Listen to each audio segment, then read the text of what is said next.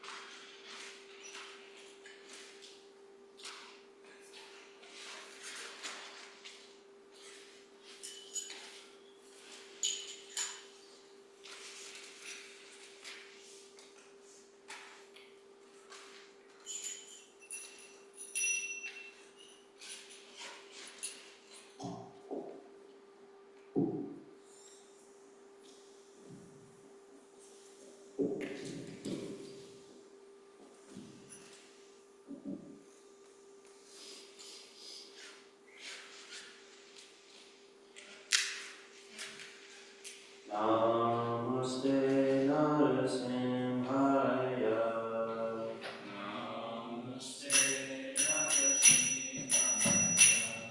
Namaste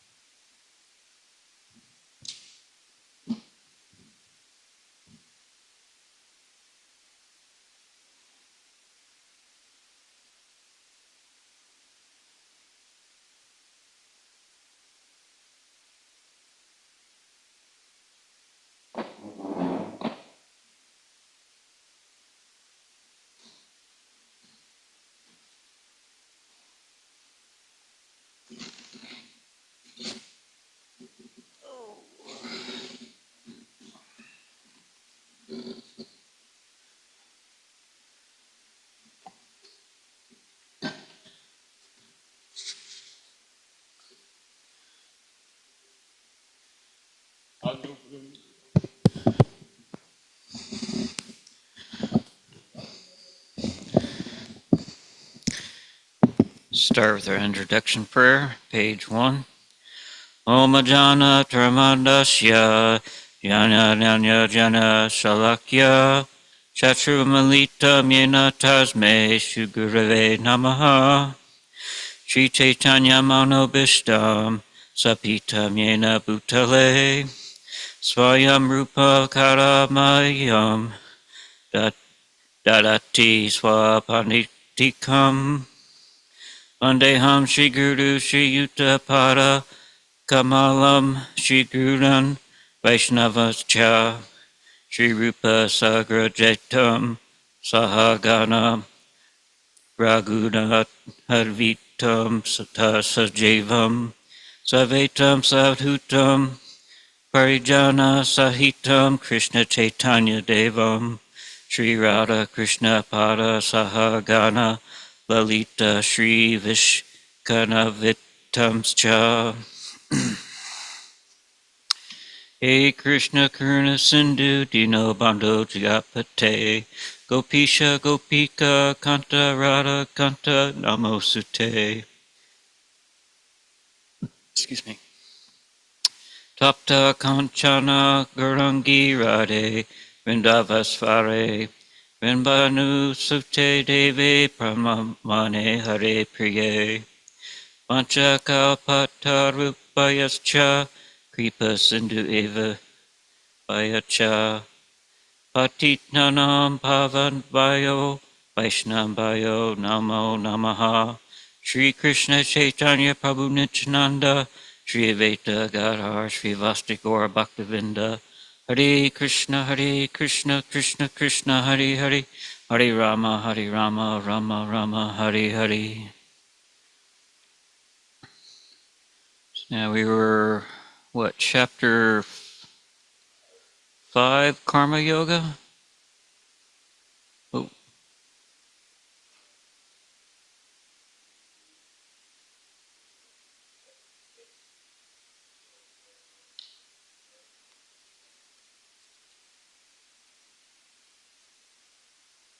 Second here. Karma Yoga, Action and Krishna Consciousness. So you said text 7.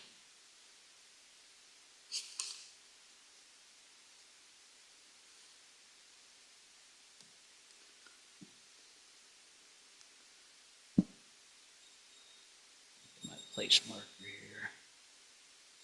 Gornitai Ki Jai. Chapter 5, Karma Yoga, Action and Krishna Consciousness. Starting at text 7.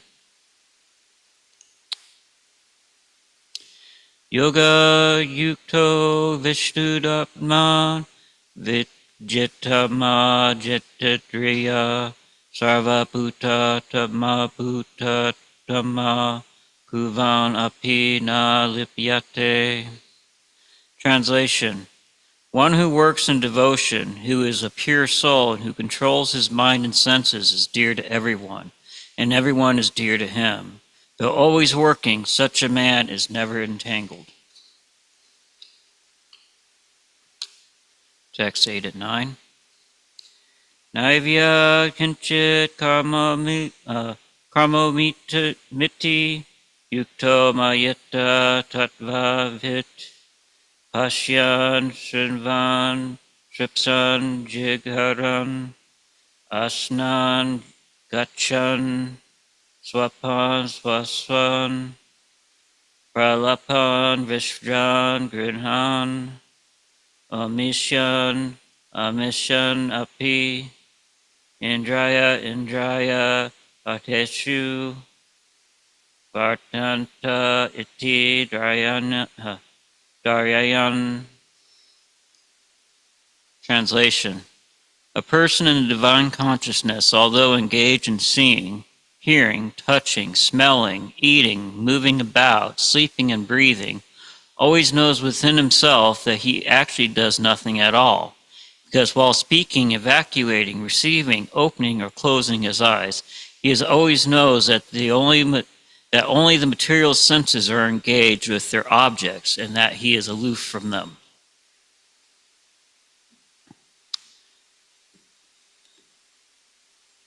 Text 10.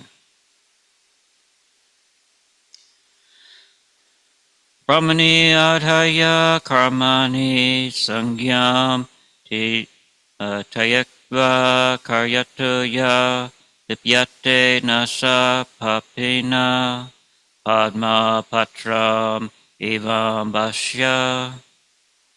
Translation. One who performs his duty without attachment, surrendering to the results unto the Supreme God, is not affected by sinful action, as a lotus leaf is untouched by water. Text 11. Kayena manasya buddhya kevaler indraya api yogina karma kruvanti sangam tayatvat twatma suraye. Translation. The yogis, abandoning attachment, act with body, mind, intelligence, and even with the senses, only for the purpose of purification. Text 12. Yukta karma palam titva santim apnati naishitikim ayukta karma akama karina pahale sakto nibayate. Translation. The steadily devoted soul attains unadulterated peace because he offers the results of all activities to me, whereas a person who is not in union with the divine, who is greedy for the fruits of his labor, becomes entangled. Text 13. Sarva kamani manasya sanyasyate sukham vasi nava dvarve pure dehe naiva kuvana karanyan. Translation. When the embodied living being controls his nature and mentally renounces all actions, he resides happily in the city of 9 gates, the material body, neither working nor causing work to be done.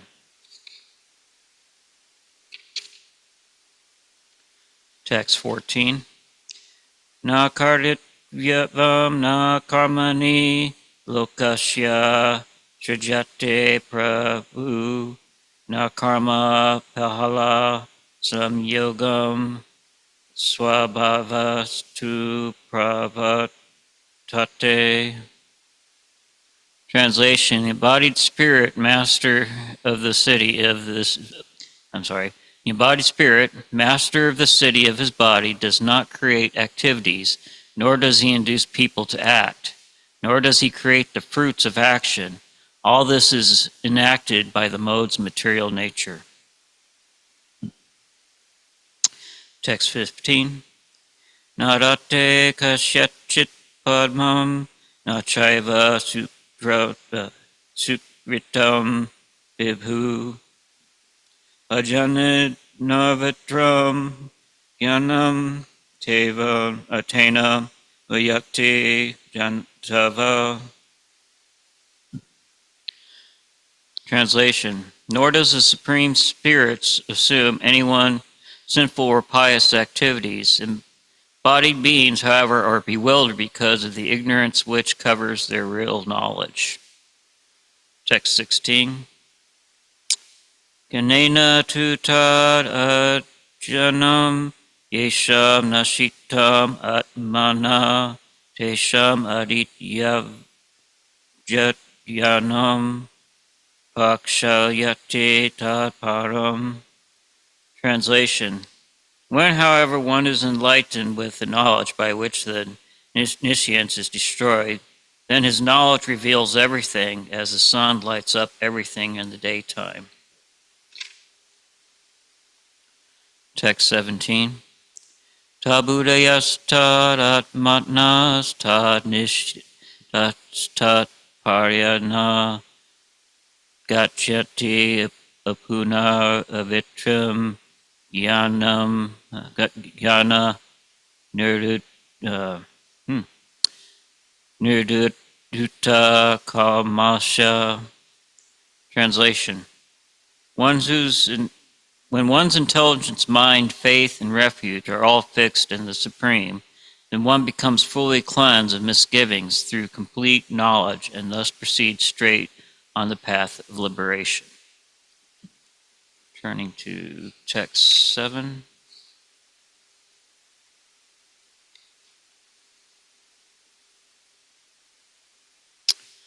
Text 7, translation. One who works in devotion, who is a pure soul, and who controls his mind and senses is dear to everyone, and everyone is dear to him.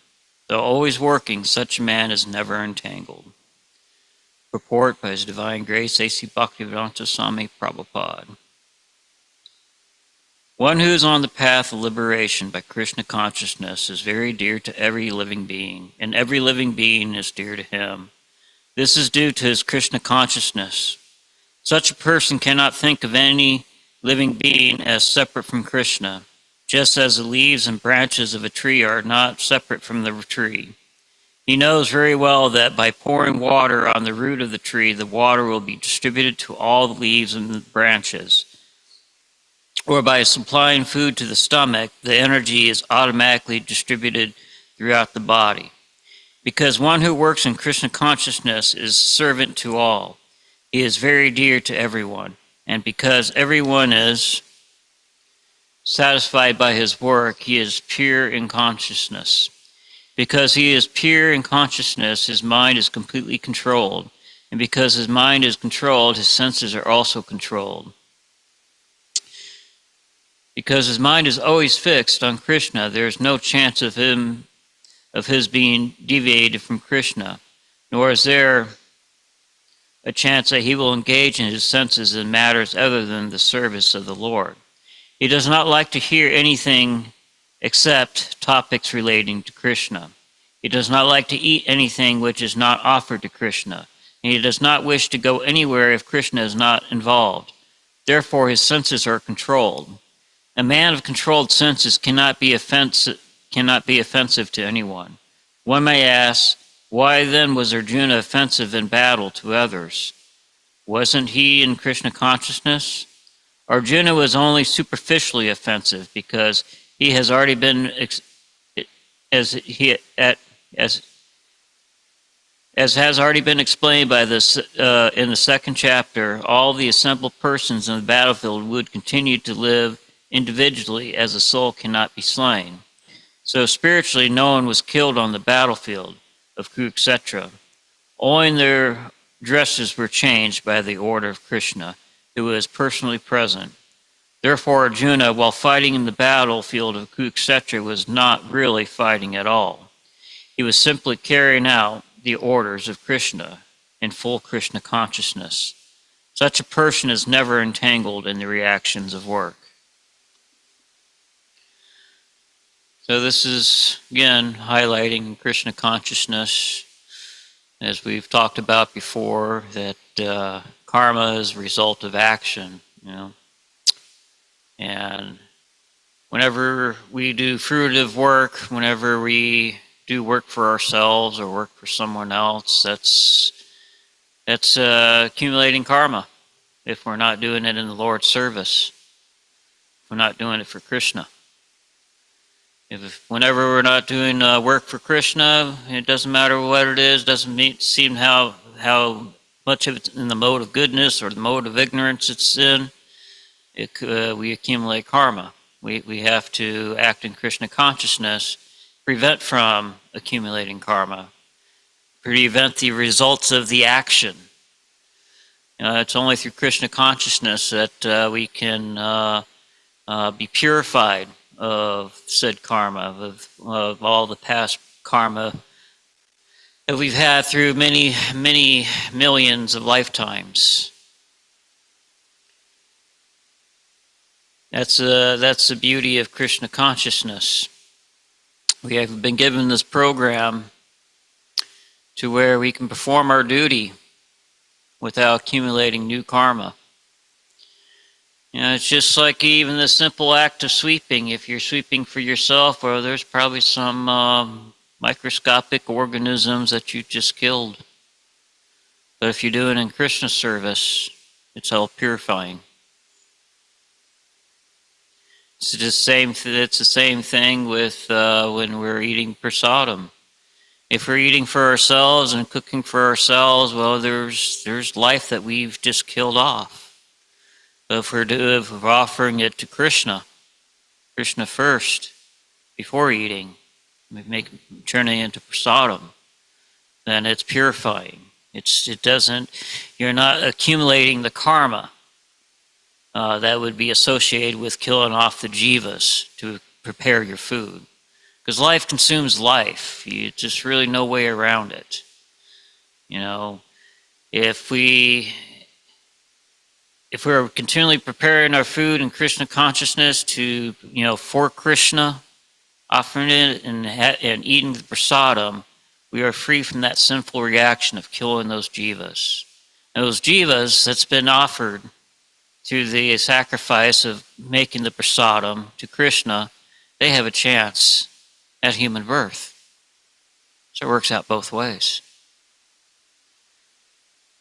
Many, you think about how many jivas are just waiting in line just to be a flower to be offered.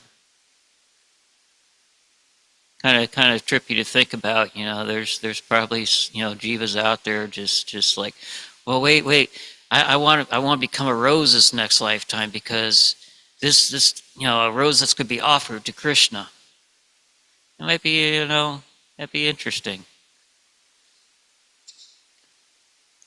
But we are given the bodies that karma dictates, our desires and what our karmic reaction dictates. If we are continually living like a pig, eating all day, having sex with what you want, being filthy, and there's good likelihood that you've accumulated the karma to become a pig the next lifetime.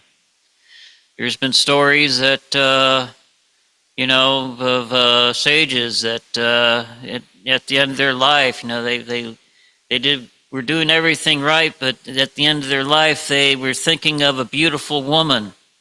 They end up becoming a woman the next lifetime. So, desires, it's very dangerous. So karma and desires, as we stated before, that this all accumulates and decides your next body after death. Move on to text 8 and 9. A person in the divine consciousness, although engaged in seeing, hearing, touching, smelling, eating, moving about, sleeping, and breathing, always knows within himself that he actually does nothing at all, because while speaking, evacuating, receiving, opening, or closing his eyes, he always knows that only the material senses are engaged with their objects and that he is aloof from them. Report. A person of Krishna consciousness is pure in his existence, and consequently he has nothing to do with any work which depends upon 5 immediate and remote causes: the doer, the work, the situation, the endeavor, and the fortune. This is because he engaged in the loving transcendental service of Krishna. Although he appears to be acting with his body and senses, he is always conscious of his actual position, which is spiritual engagement. In material consciousness, the senses are engaged in sense gratification, but in Krishna consciousness, the senses are engaged in the satisfaction of Krishna's senses. Therefore, the Krishna conscious person is always free, even though he appears to be engaged in things of the senses. Activities such as seeing, hearing, speaking, evacuating, etc. are actions of the senses, meant for work. Krishna conscious person is never affected by the actions of the senses. He cannot perform any act except in the service of the Lord, because he knows that he is the eternal servitor of the Lord.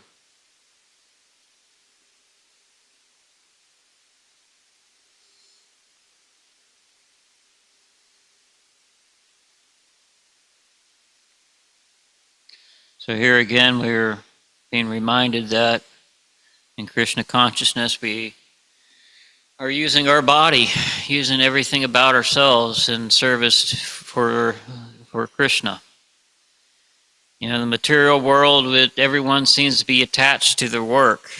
You know, people get proud about, what they do in life, It's growing up in this material world, especially here in the U.S., it was all about, get a good education, go to college, major in something and, get into work that you're going to be proud of. Some people become doctors, some people become lawyers, some people become electrical engineers. There's all kinds of occupations out there, but a lot of people are attached to that as this is who I am. I'm a doctor. This is all proud about being a doctor, about their education, about getting there. But ultimately, none of that could happen without Krishna. None of these occupations could happen without Krishna. Everything begins and ends with Krishna consciousness, with Krishna. This is when it comes to offering the results of our actions. It all belongs to Krishna. It doesn't belong to us. We want to be the doers. We want to be the ones in control. We want to be our own gods. That's why we're here in this material world. And because of that, we're here. And we're still, trying to convince ourselves that we're in control. But in actuality, Krishna is in 100% control. He just lets us to believe, and through our ignorance, that we're in control. This is part of the surrendering process, is understanding that we are helpless individuals. We are nothing without Krishna. We can't do anything without his say-so, without him deeming his will, It's very a trippy thing to think about, that everything is controlled by Krishna, and ultimately we have no control. We just choose to think that we do have control.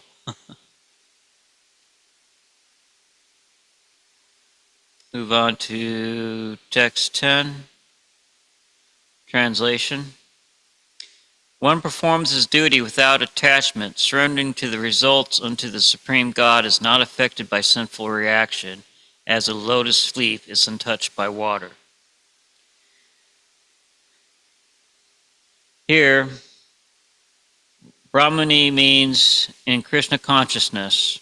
The material world is a sum total of manifestation of the three modes of material nature, technically called the pradhana. The Vedic hymns, Sarvam Etad Brahma Tasmad Etad, Brahma Nama Rupam Anam Cha Jayate, and in the Bhagavad Gita, Mama Yono Mahad Brahma, indicate that everything in the material world is a manifestation of Brahma, and although the effects are differently manifested, they are non-different from the cause. In the Ishopanishad, it is said that everything is related to the Supreme Brahman, or Krishna, and thus everything belongs to him only. Only one who knows perfectly well that everything belongs to Krishna, that he is the proprietor of everything, and that therefore everything is engaged in the service of the Lord, naturally has nothing to do with the results of his activities. Whether virtuous or sinful, even one's material body, being a gift of the Lord for carrying out a particular type of action, can be engaged in Krishna consciousness. It is beyond contamination by sinful reactions, exactly as the lotus leaf. Though remaining in the water, it is not wet. The Lord also says in the Gita, Mayi Sarvani Karmani Sanyasya, resign all works unto me, Krishna. The conclusion is that a person without Krishna consciousness acts according to the concept of the material body and senses. But a person in Krishna consciousness acts according to the knowledge that the body is a property of Krishna and should therefore be engaged in the service of Krishna. Any questions on that?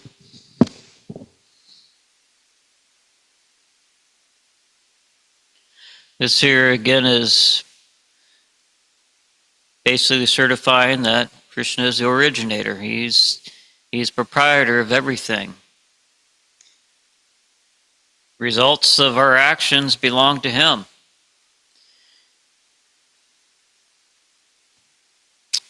Text 11.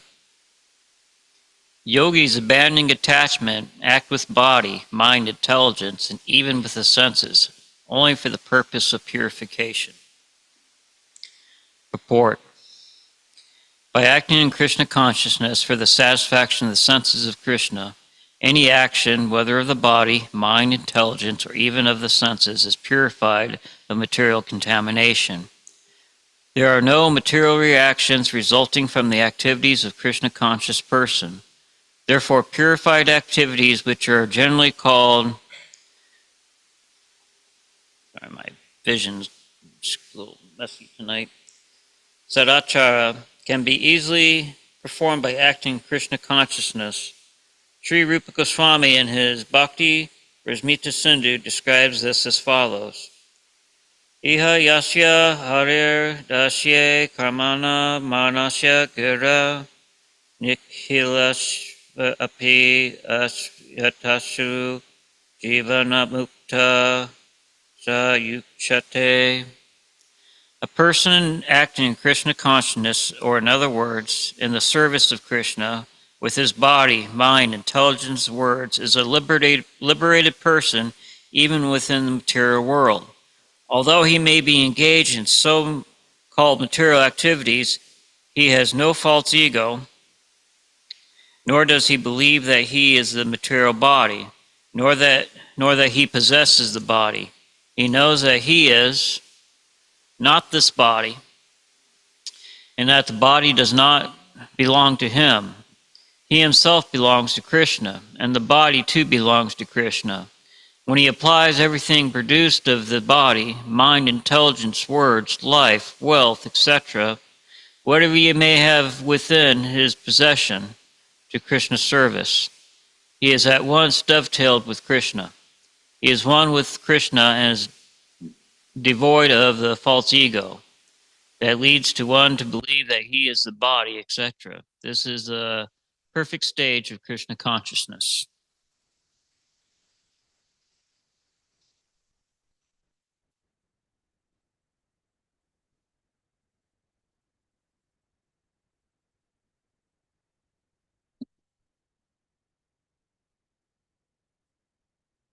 Any questions on that?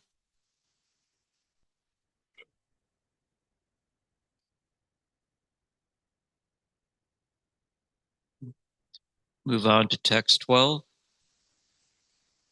The steadily devoted soul attains unadulterated peace because he offers the result of all activities to me. Whereas a person who is not in union with the divine, who is greedy for the fruits of his labor, becomes entangled. Purport. Difference between a person in Krishna consciousness and a person in bodily consciousness is that the former is attached to Krishna, whereas the latter is attached to the results of his activities. The person who is attached to Krishna and works for him only is certainly a liberated person, and he is not anxious for fruit of rewards. In the Bhagavatam, the cause of anxiety over the result of an activity is explained as being due to one's functioning and the conception of duality. That is, without knowledge of the absolute truth. Krishna is the supreme absolute truth, the personality of Godhead. In Krishna consciousness, there is no duality, and that exists as a product of Krishna's energy. And Krishna is all good. Therefore, activities in Krishna consciousness are on the absolute plane. They are transcendental and have no material effect. One is therefore filled with the peace of in Krishna consciousness. One who is, however, entangled in profit calculation for sense gratification cannot have that peace. This is the secret of Krishna consciousness, realization that there is no existence besides Krishna is a platform of peace and fearlessness. So in the material world, we have this rat race going on. Everyone trying to accumulate wealth. The modern, especially in the modern day, they want, family. They want a nice house, a good job, then eventually, you want to retire. And in that retirement, you gotta have the stress of having money, for that retirement. So it's stress after stress after stress in the material world, where you're having to get that good education to get that good job, to having to have the proper prestige, having the proper name, and how would you say, well, proper prestige, to get that nice wife, and even if I have to have a nice wife, you're trying to develop a good family. But all this is in vain if Krishna is not involved, if Krishna is not the center of it. Because so many people today, they're on this rat race, trying to accumulate their wealth, trying to chase after this material happiness, trying to satisfy their own senses and not, Krishna's senses. And it's continual. It just goes on and on and on. It's just no stopping. You're jumping from one sense gratification onto the next, onto the next, onto the next. When Krishna consciousness, when Krishna is the center of everything, we know that everything is for his results, not our own results. It's all for him. In the material world, we can work our butts off, do our best and maybe accumulate a ton of wealth. But in the end, when we're on our deathbed, we can't take it with us. We can't take our wealth with us. We can't take everything that we've accumulated in this world with us. We can't even take our knowledge with us. We could be the world's smartest person, come in first place on Jeopardy, And that when you're on your deathbed, none of that matters. None of that matters. But what does matter is Krishna. When you're on your deathbed, does it not? Think about Krishna. Isn't that crazy? All this stuff that we are trying to accumulate in this world, all the stuff that we try to do to succeed in this world. By the time it comes to death, it does not matter one single bit when you're on your deathbed. But if Krishna has been your focus, has been your focus the entire time, then you're already there. Because the only thing that matters on your deathbed is Krishna anyways. Everything else is just mundane. Everything else just disappears and vanishes away. But Krishna's forever.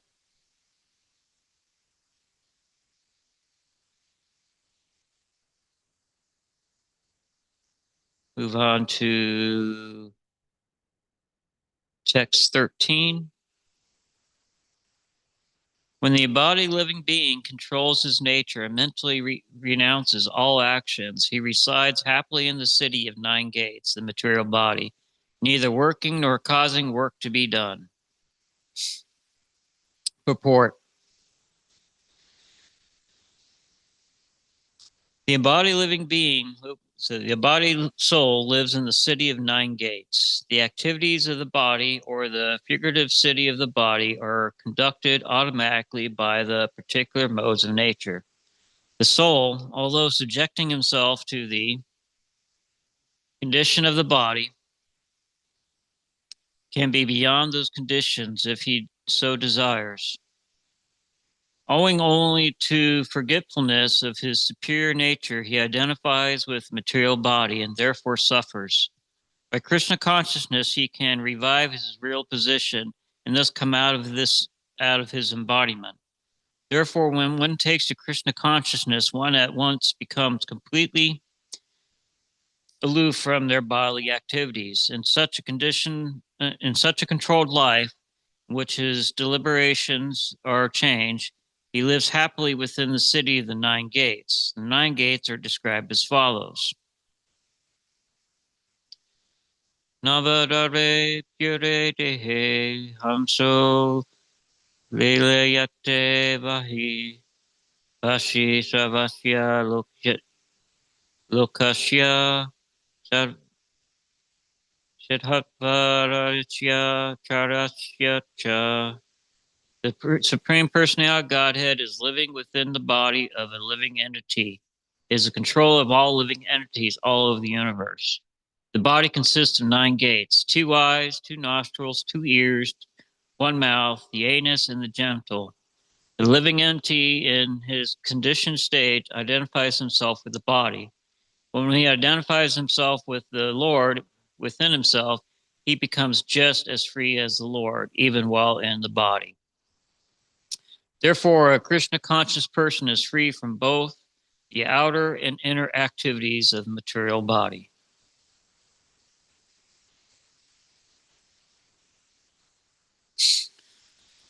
Any questions so far? Move on to text 14. Excuse me. The embodied spirit master of the city of his body does not create activities, nor does he induce people to act, nor does he create the fruits of actions. All this is enacted by the modes of material nature. Purport. Living entity, as will be explained in the 7th chapter, is one in the nature with the Supreme Lord, distinguished from matter, which is another nature called inferior of the Lord. Somehow the superior nature, the living entity, has been in contact with material nature since time immemorial. The temporary body or material dwelling place which he attains is the cause of varieties of activities and their resultant reactions. Living in such a conditional atmosphere, one suffers the results of the activities of the body by identifying himself in ignorance with the body.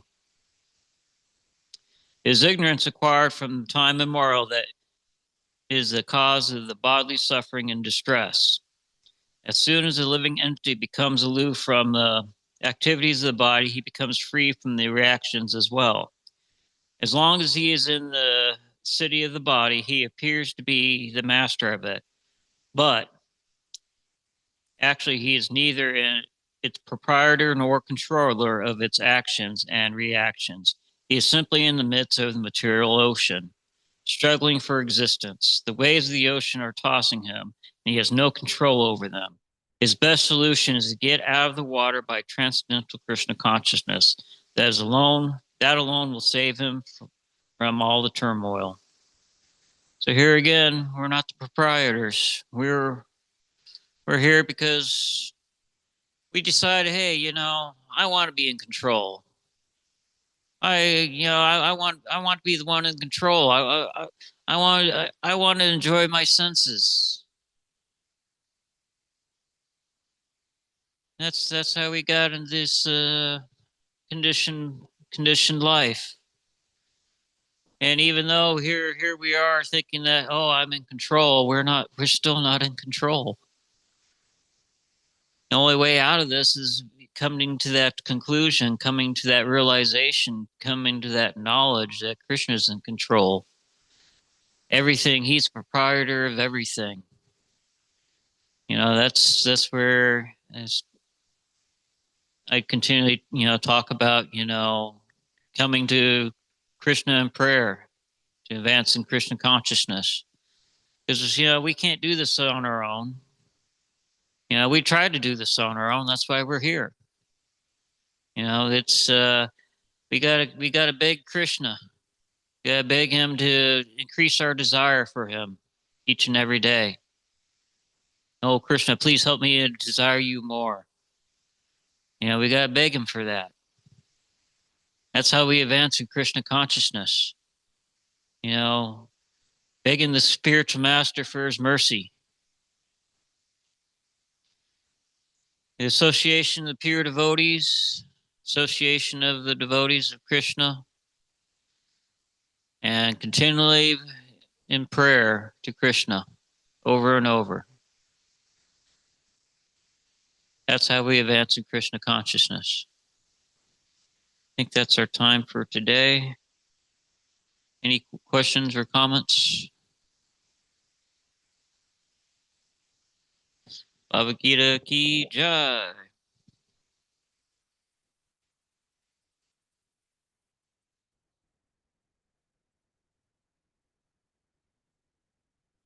Oh.